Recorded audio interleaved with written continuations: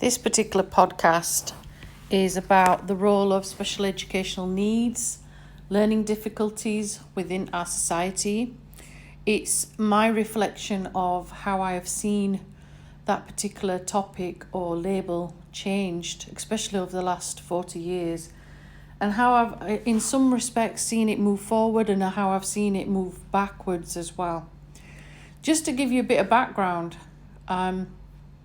in my own particular family, we had two cousins, my actual female cousins, who had severe learning difficulties. They were both girls.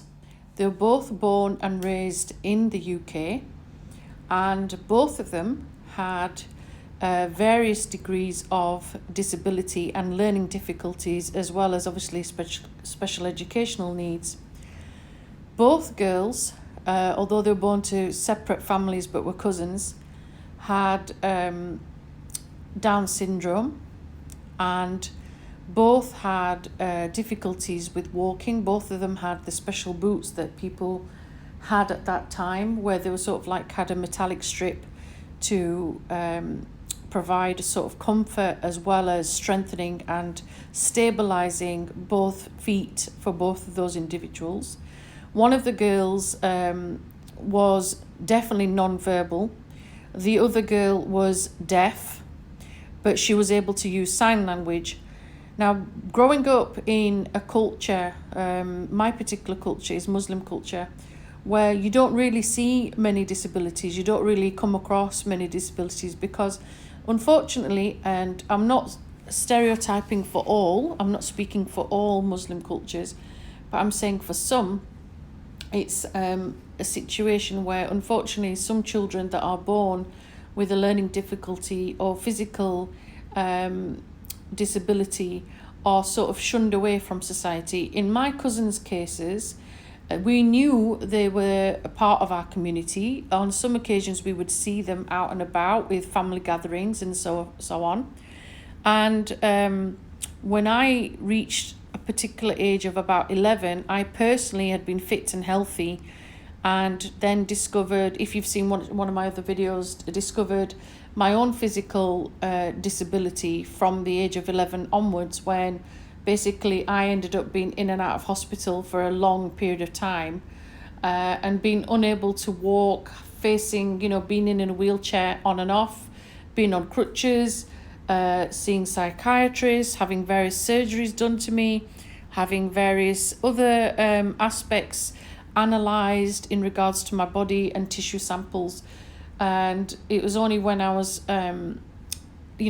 entering sort of like adulthood, I guess, towards 16 plus, 18, going towards 18 plus, that they discovered that, what was wrong with me was a physical disability that was caused by the loss of a cartilage in my left hip. During that time, I think those particular experiences and life experiences taught me a lot about special educational needs, and taught me a lot about the community and how communities perceive you and perceive the people around you, and also your perception of self. Because my cousins that I described and that I've related to, they had a very warm, loving, caring family. And yes, they had their issues. Yes, they had stumbling blocks. They had a lot of welfare at those times. I'm talking like early 1980s, where some care was provided, because in those days there were special schools made specifically for students that they could actually go to and get physical support and physical help. I recall in my actual physiotherapy that I had, I had to go to a special needs school myself that was for students that were physically disabled, that had severe learning difficulties, okay? And one of the reasons that I was going to this particular particular school, should I say, was to use the pool. There was a hydrotherapy pool that was there, and part of my physiotherapy treatment was to be able to go in this particular hydrotherapy pool, which happened to be in this school. And there was a lady that used to drive me there, that was through, the authorities, that would drive me to my physiotherapy and then drive me back to school. I used to call her my Auntie Dot. Anyway, as I got older and I decided to enter education, I started off teaching in a very, very influential Catholic school. In fact, I taught in two Catholic schools at the time. One was in Huddersfield called All Saints Catholic High School. The other one was St. Joseph's in Bradford, which was very multicultural, but again, another Catholic school.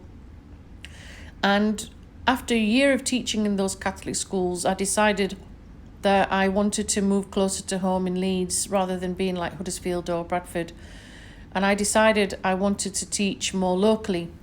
And the opportunity that came up at that time was working with children in an area called Beeston. Beeston is very, very well known in Leeds. If you're not aware of it, it's very, very deprived areas. Some areas you have very, very low literacy levels. You have huge communities of different races, different nationalities.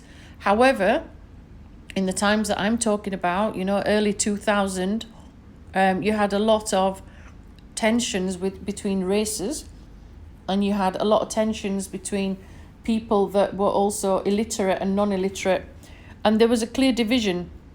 In the school that I particularly worked in, there was a lot of animosity with the students. I mean, mainly it was a white working background, school. You had a huge generation of illiteracy in that community. And what I was so shocked by when I first came to teach at this school, I mean, I'd been welcomed in, I'd seen the school, I'd seen the students, but it was only when you really start teaching some of the students that I had my eyes opened. And when a 15-year-old child in one of your classes can't hold a pen, can't hold a pencil, can barely spell their own name, let alone enter GCSEs, you're sort of woken up to this reality of what is going on. Now, obviously, there's a lot of issues. Although you're aware as a teacher, they've got special educational needs, and they fall in certain categories for special educational needs at that time. Some of them didn't necessarily receive funding or support in order to have out-of-classroom or in-classroom support and help. This was the situation that majority of these students had, and you're expected to teach a curriculum to these students that doesn't really fit them. Sometimes you have to look at the basics, even though you're expected to teach Shakespeare, for example, and the reality is these kids can't even read their name, and it's a hard one. It's a really hard one to have to come and battle across.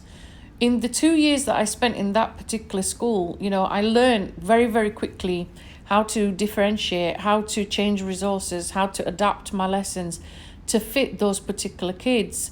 And one of the very challenging groups that I had was a group of kids called Pathway 4 students. And Pathway 4 students were students that basically had been in and out of prison. In fact, one boy had just been released from a secured position, and he'd been thrown back into classroom. He'd been in there for about 4 years of his life. So from the age of 11 up till 14, 15, 16, he was then thrown back into education.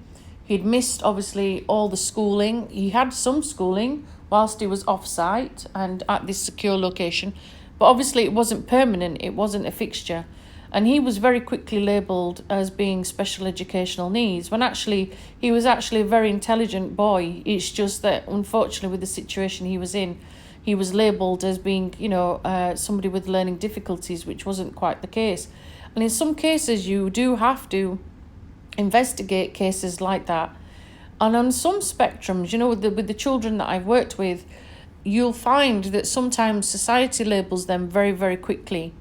In another school that I worked in, which was my longest period of time, this was, again, another inner city high school, another situation where you had quite a lot of deprivation in the inner city area. You had huge cases of trauma, abuse. You had huge cases of, basically children not being fed, not being looked after, not being clean. There was quite a lot of socio-economic issues that were involved with that particular school. And the school did very, very well to help and try and educate the community as well as the children. One of my titles I had initially when I was working there was the Basic Skills Coordinator, which was basically working with the head of maths and the head of English and various other departments to try and put a basic curriculum in place to sort of go back to primary school levels in a way to help these children attain what they needed to attain. And I did that for a huge number of years, and I ended up also having a special educational needs tutor group, which I looked after for 5 years. Amongst that tutor group, they were like my daughters. It was an all-girls school, but they were lovely, lovely children, lovely children. There were two particular girls that I've got in mind that had quite a lot of obstacles in their paths. One particular girl had severe epilepsy, and each time she had an epilepsy, it would trigger and it would, affect part of her brain and part of her learning. She was unable to tell you what belonged to her, what didn't belong to her. Mum did not want her in a special school at that time. Mum wanted her integrated within mainstream and to be included, and that was her right, that was her right to do that. And luckily for her, for this particular girl, she was amongst girls, not boys at that time, because it was an all-girls school, but she was able to have a small community of people that were always looking out for her, that were not bullying her, that weren't being unkind. In fact, they were constantly watching out for her and monitoring her and supporting her and encouraging her. And when she reached, the age of like 15, 16, she even sat and had GCSEs. Now, despite the fact that all the obstacles were against her, she may have not achieved a grade. She actually got a grade G, which for that particular child was a huge achievement in itself, And she, like I said, she'd had quite a lot of medical obstacles in her path. She had quite a lot of things in her own life that were affecting everything that she was doing, from doctors changing their medicine to her severe epileptic attacks that were getting more and more frequent, to her diet being changed. She faced a lot of obstacles, and each day she would come into school laughing and smiling, and she would make people's day. So I will always think very, very fondly of her and her particular needs. And then as you get onto your career and you are with other situations, with other children, you go through different positions in your career. So I was Senko in another particular school, and this means at that time looking after the rights and privileges of special educational needs and children. And one of the things that I found bizarre about this particular position, I'd moved from an inner city high school into what was an all-paying school, which no longer was a paying school, but it was basically an ex-grammar school, and it had become independent and it had become a free school. And the number of staff that just did not get special needs at all. They did not understand differentiation. They would send me children to me that had ingrowing toenails and said, here you go, deal with it, this comes under your umbrella.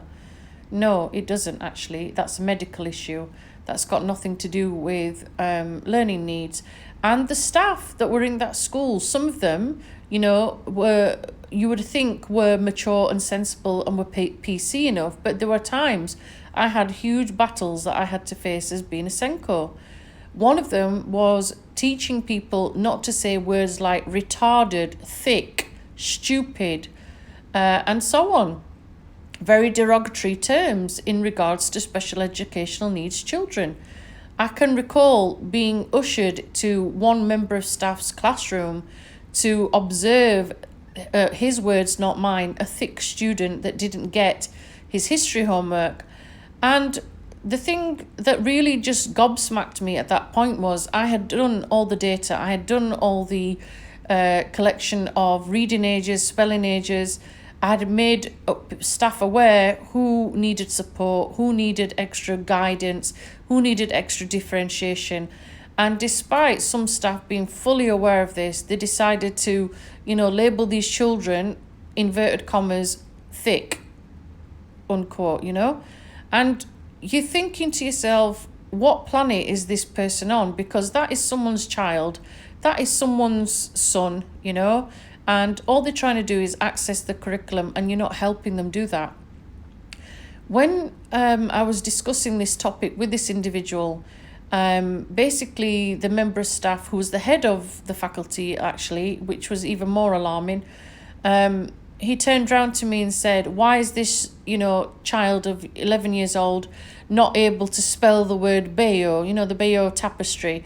Why can they not understand the word Normandy? Why can't they spell it? And I had to pull this member of staff outside and in a polite way give him a bit of a rollicking, and say, look, you know, we need a little chat, you and I, because you can't label these students like that. It's un-PC.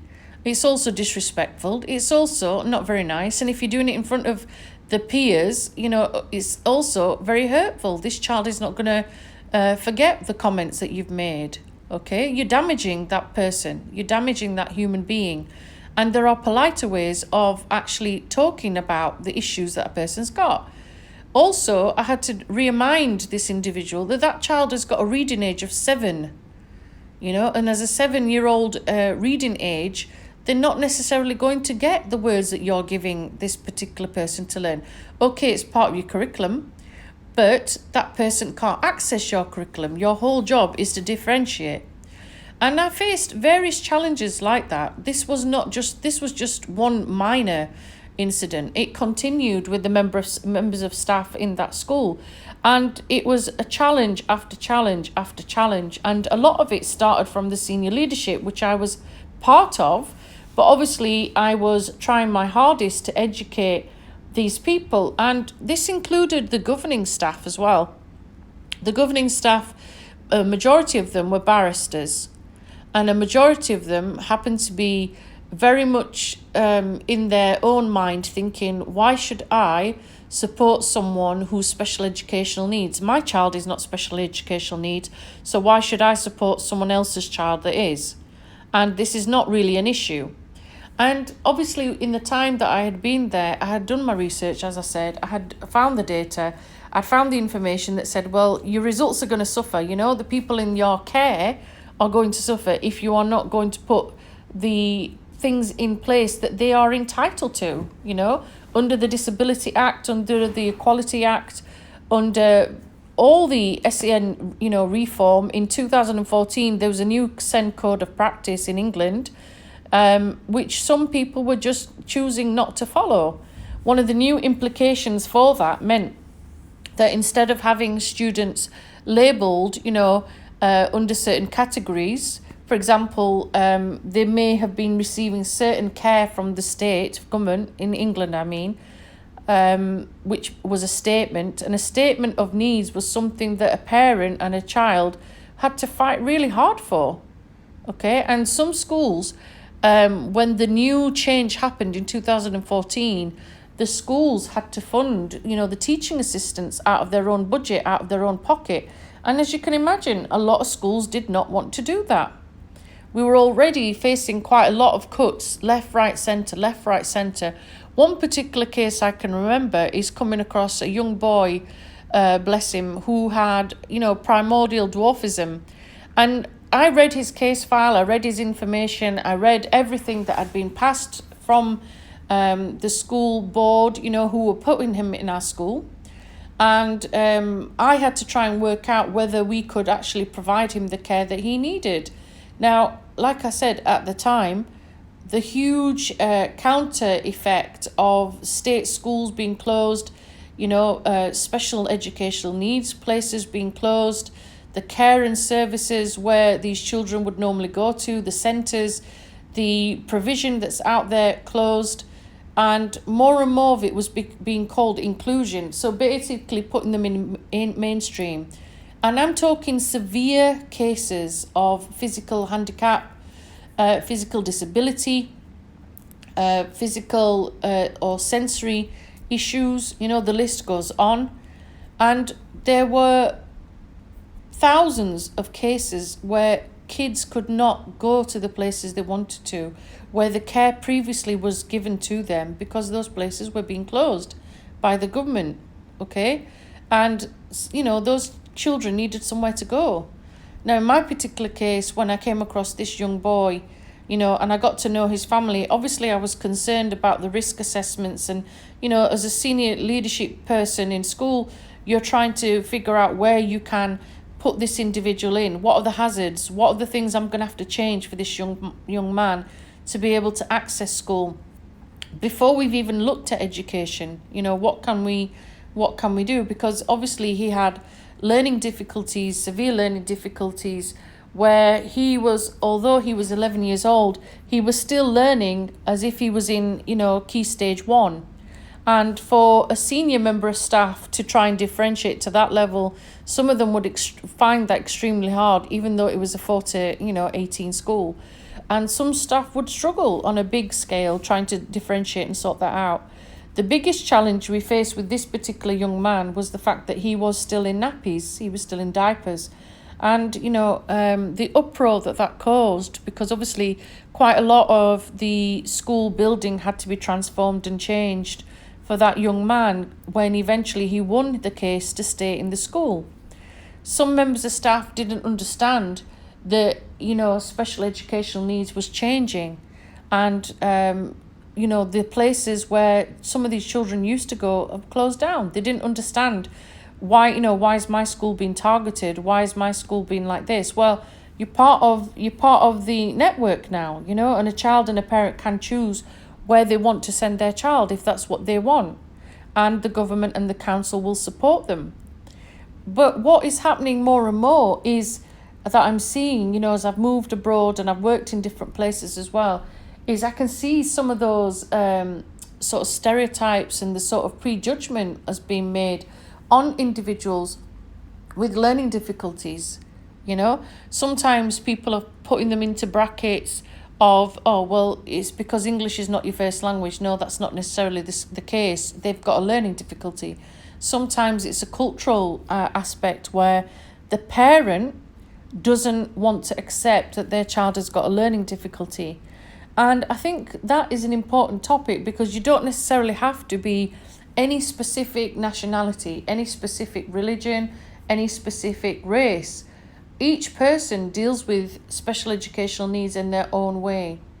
Like I said, my personal experience, if I hadn't had my hip replacement in the age of 20 or so, or 21 I think it was, I wouldn't have been doing half the stuff that I'm doing now. Even though now I'm seen as a physically able-bodied person, which I am to various degrees, I still have a lot of physical restrictions that I'm unable to do. And I get about my day and I cope with my day, as do others, with the best way that I can. But not everybody is in that particular situation where they're able to voice their concerns and they're able to get the help and the care that they need. Unfortunately, in a lot of cultures, it's very shunned, having physical a disability or a learning disability. The parents are struggling to accept that my child has got this particular situation, and they're struggling to even bond with that child or even accept that child as theirs. And this is the harsh reality of what is going on at the moment. Some individuals are struggling to even get their child diagnosed, and this is also another reality, because even though they're fully aware that their child is not reaching certain milestones, or perhaps they're communicating in a different way, or physically doing something in a different way to other toddlers, I guess, of the similar age group, the parent can clearly see something is not quite right, okay? And they're trying to get them that help. And again, what they're facing is that quite a lot of the resources and the services that they rely on just to even get them recognised is difficult. I came across this myself with with one of the children I that was under my care, and he was approaching the age of 15, and mum had been passionately trying extremely hard to get him the support and the care and the guidance he needed to be, you could clearly see that he was on the autistic spectrum. There was no denying that. But it was taking test after test and doctor appointment after doctor appointment to get a full diagnosis for this young man before he was even given the due care and the process that he needed. One of the good things, I guess, that's come out of the new EHCP rule, which is into the SEN Code of Practice, the EHCP is Educational Healthcare Plans, and basically it means that from 2014 onwards, anybody that was born, so from 0 to 25, they would then receive state funding, in order to help and support their learning or physical disability, whatever category it would fall under. And I guess in a way that's really good, because a lot of students I had, that were leaving school at sixth form, for example, would be going to university and they would be struggling. Quite a lot of them had teaching assistants, they had reading aids, they had certain texts visualized in a better way, they would have extra exam time, for example. And these are things that they would rely on because it's part of their normal method of working. And, you've got them independent, you've got them at the point where you want them to be able to go to university or to go on into workforce or whatever. So you need them to be able to function outside of your safety net, which was school. So in a way, it's a great thing to see this being put into plan, for the up to age 25. But that's in England. It's not necessarily going to be the same in America or in Europe or in another country elsewhere. Like I said, each country is dealing with this topic on a larger scale. Some are, pushing it under the carpet. Some are proud and are trying to put things in place. But each school, I guess, or each place or each country is dealing with it whichever way they can. Recently, what's been really heartwarming is seeing a country that I travel to quite regularly, in the last couple of days, introduce disabled ramps and disabled bays for parking and disabled signs as well for parking. I mean, it's 2020, but it's taken that particular country only to be able to address those particular individuals now and to put those particular steps in place to provide some sort of access for people in wheelchairs. It shows me that some countries are willing to move and strive forward to make changes where there needs to be changes, and some countries, obviously due to financial situations, are unable to do that at a rapid pace. My heart goes out to the countries that are trying. It's really revolutionary and it's inspiring to see that they're willing to take small steps, but small steps in some regards helps people to move forward, and it helps those individuals be recognised within the community as well. So it's a great thing that is happening.